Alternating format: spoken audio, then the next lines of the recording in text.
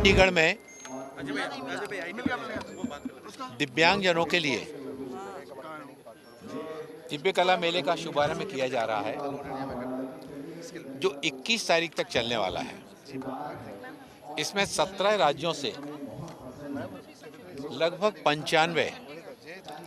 दिव्यांगजन देश के अलग अलग राज्यों से, अलग अलग शहरों से इसमें भाग लेने के लिए आए हैं। सामान्य रूप से दिव्यांगजन अपने कोई गांव में रहता है,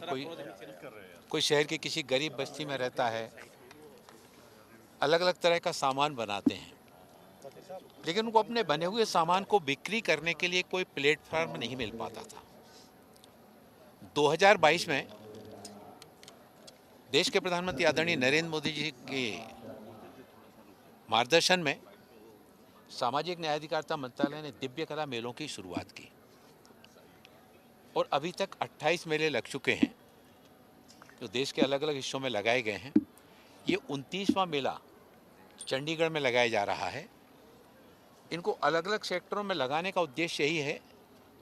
कि जिस स्थान पर ये लगाए जाते हैं उसके आसपास के राज्यों के जो हमारे दिव्यांगजन होते हैं, उन भाई बहनों को वहाँ पर पहुँचने में सुविधा होती है। चंडीगढ़ में लगाए तो यहाँ के आसपास के राज्यों के हमारे दिव्यांगजन आसानी से पहुँच पाएंगे। केरल वाले को, चेन्नई वाले को, तमिलनाडु वाले को, दूर के राज्य के जो कर्नाटक वालों को, उनको सुविधा होगी।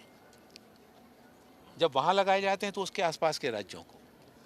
यहाँ पर आप सब ने देखा कि अभी जब स्टॉलों पर जो हमारे दिव्यांगजनों ने अलग अलग तरह की वस्तुओं को विक्रय के लिए स्टॉल लगाए हैं, उनमें उनकी प्रतिभा को भी देखने का अवसर मिला। उनके हुनर को भी एक पहचान दिलाने की शुरुआत इस तरह के मेलों के माध्यम से की जा रही है। और इसके प्रारंभ होने के बाद से दिव्यांगजनों में एक बहुत आत्मविश्वास का भाव, गरिमा और सम्मान के साथ जीवन जीने का भाव उनके अंदर आ रहा है। हमारे समाज के ये बंधु पहले अपने घरों में बैठे रहते थे, परिवार के लोग किसी शादी में जाते थे, मंदिर दर्शन करने जाते थे, तो ये सोचते थे कि घर में एक सदस्य है, बाकी सब लोग चले जाते थे। वो सदस्य के मन में बड़ा पीड़ा की भावना आती थी कि हम भी अगर सक्षम होते तो हम भी परिवार के बाकी सदस्यों के साथ में जा रहे होते। एक और जहां दिव्यांगजनों के लिए दिव्य कला मेलों की शुरुआत की गई, वहीं दिव्यांगजनों के लिए सहायक उपकरणों का वितरण भी सारे देश में किया जा रहा है। और 2014 से लेकर अभी तक लगभग 33 लाख दिव्यांगजनों को अलग अलग तरह के सहायक उपकरणों का वितरण किया गया। चाहे वो कान की मशीन हो, चाहे वो वैशाखी हो, व्हील चेयर हो, मोटराइज गाड़ी हो, जिस दिव्यांग के लिए जिस तरह के सहायक उपकरण की आवश्यकता होती है वो उपकरण प्रदान किए जाते हैं। यहाँ पर भी कुछ उपकरण प्रदान किए जाएंगे। आप लोगों ने देखा होगा कि एक बैटरी वाली गाड़ी अब जो दिव्यांगजनों के लिए दी जा रही है। हमारे बहुत सारे दिव्यांगजन वो गाड़ी मिल जाने के बाद कोई उस गाड़ी पर जाकर 4 घरों में और जाकर कोचिंग करने का काम करने लगा है। कोई उस पर बेकरी का सामान रख के, बिस्कुट, केक, पेस्ट्री, ब्रेड रख करके उसको बेचने के लिए जाने लगा है। कोई रेडीमेड कपड़े लेकर के साप्ताहिक हाट बाजार में जाकर हमारा दिव्यांग भाई बहन बेचने के लिए जाने लगा है। इस तरह से उनको आर्थिक रूप से सशक्तिकरण के भाव को दिव्य कला मेले के साथ ही साथ इन सहायक उपकरणों के माध्यम से भी उनको सशक्त बनाया जा रहा है। दिव्य कला मेले में दिव्य कला शक्ति का भी आयोजन किया जा रहा है, जिसमें हमारे दिव्यांगजन, जिनमें अलग अलग तरह की प्रतिभाएं होती हैं, कोई बहुत अच्छा गायक होता है, कोई बहुत अच्छा नृत्य करता है, उनकी प्रतिभाओं को भी इस कार्यक्रम के माध्यम से उनको अपनी प्रतिभा दिखाने का अवसर मिले, वो भी यहाँ पर दिव्य कला मेले में किया जाएगा। और दिव्य कला शक्ति अभी तक 30 कार्यक्रमों का आयोजन हो चुका है, अब उनको इसके साथ में जोड़ दिया गया है। एक और नई शुरुआत अभी पिछले कुछ समय से की है, दिव्यांगजनों के लिए रोजगार मेले की शुरुआत। जहाँ पर दिव्य कला मेला लगाया जाता है, वहाँ पर निजी क्षेत्र की कंपनियों के साथ में भी कोऑर्डिनेट करके और उनको दिव्यांगजनों को किस तरह के रोजगार की आवश्यकता उनके यहाँ पर हैं, वो कोऑर्डिनेट करके उनको रोजगार मेले के माध्यम से रोजगार उपलब्ध कराया जाना। इस बार के बजट में भी आदरणीय प्रधानमंत्री नरेंद्र मोदी जी के नेतृत्व में जो दिव्यांगजनों के लिए शुरुआत की गई है, एक दिव्यांग कौशल योजना, जिसमें उद्योग क्षेत्र के उद्योगपतियों से बातचीत करके उनके उद्योगों में किस तरह की आवश्यकताएं हैं दिव्यांगजनों के लिए, तो दिव्यांगजनों को वह प्रशिक्षण देने के अलग से अभियान चला करके उनको उद्योग जगत के साथ में जोड़ करके रोजगार के अवसर उपलब्ध कराना। दूसरा, दिव्यांग सहारा योजना, तो दिव्यांगजनों के लिए जो हमारा PSU है कानपुर में एलिम्को का, उसके माध्यम से और प्रधानमंत्री दिव्याशा केंद्र के माध्यम से अभी ये होता है कि जब हमारे यहाँ पर दिव्यांगजनों को सहायक उपकरण वितरण करना होते हैं तो माननीय सांसद के द्वारा या माननीय विधायकों के द्वारा पत्र दिए जाते हैं, फिर उनका पहले परीक्षण कराया जाता है, उसके बाद उनको सहायक उपकरण दिए जाते हैं। लेकिन अब एक नई पहल आगे बढ़ाई जा रही है। अभी तक 100 प्रधानमंत्री दिव्याशा केंद्र खोले गए हैं।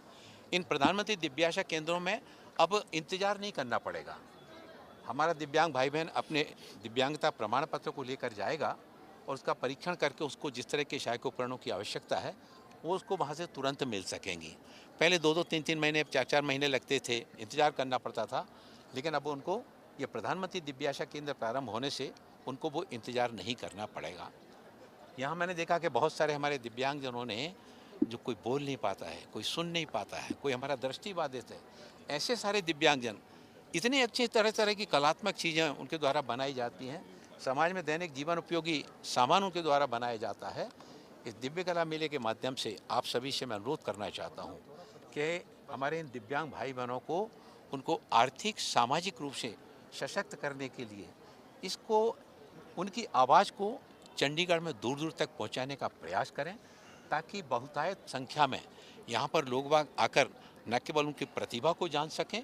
बल्कि उनको सशक्त बनाने में भी अपना योगदान दे सकें। कोई हमारा एक दिव्यांग साथी जब आर्थिक रूप से सशक्त होता है तो केवल अकेला एक व्यक्ति सशक्त नहीं होता है, वो अपने परिवार को भी सशक्त करने में अपना योगदान देता है, वो समाज को भी सशक्त करने में अपना योगदान देता है। और जब समाज को सशक्त करने में योगदान देता है तो देश के प्रधानमंत्री आदरणीय नरेंद्र मोदी जी बात कहते हैं कि सबका साथ सबका विकास। जब हम 2047 में भारत को विकसित राष्ट्र बनाने का विजन लेकर हम चलते हैं तो उसमें हमारे दिव्यांगजनों का भी साथ उसमें जुड़ सके, और उसी के लिए इस तरह के प्रयासों के माध्यम से दिव्यांगजनों को सशक्त बनाते हुए उनका भी समाज और देश के सशक्तिकरण में योगदान जोड़ने की दृष्टि से ये दिव्य कला मेले का आयोजन आज चंडीगढ़ में आयोजित किया गया है। पीयूष गोयल जी ने इस बात को कल भी स्पष्ट किया है और अभी 2 दिन पहले जब पत्रकार वार्ता के माध्यम से बहुत विस्तृत रूप से उसमें उन्होंने चर्चा की है कि किसानों के हितों के साथ में किसी तरह का अनदेखा नहीं होने दिया जाएगा और किसानों के हितों को सर्वोपरि रख कर के किसी तरह का डील इसमें न की गई है, न होने दी जाएगी। हम भारत के किसानों का, भारत के रहने वाले हम बंधुओं का, ये हमारी प्राथमिकता है, राष्ट्र प्रथम, इस भावना के साथ में, चाहे वो US के साथ डील में हो, चाहे अन्य राष्ट्रों के साथ में डील हो। माने कृषि मंत्री शिवराज सिंह चौहान जी ने भी इस बात को कहा है। तो विपक्ष केवल विरोध के लिए विरोध करना, क्योंकि बाकी जनाधार उनका खत्म हो चुका है और आज केवल नकारात्मक चीज़ों को लेकर सदन की कार्रवाई में बाधा डालना और सामाजिक सरोकार के विषयों को लेकर के समाज से दूरियां बनाकर चलना, उसी का परिणाम है कि ये पूरी तरह से सारे राज्यों में जो है ना,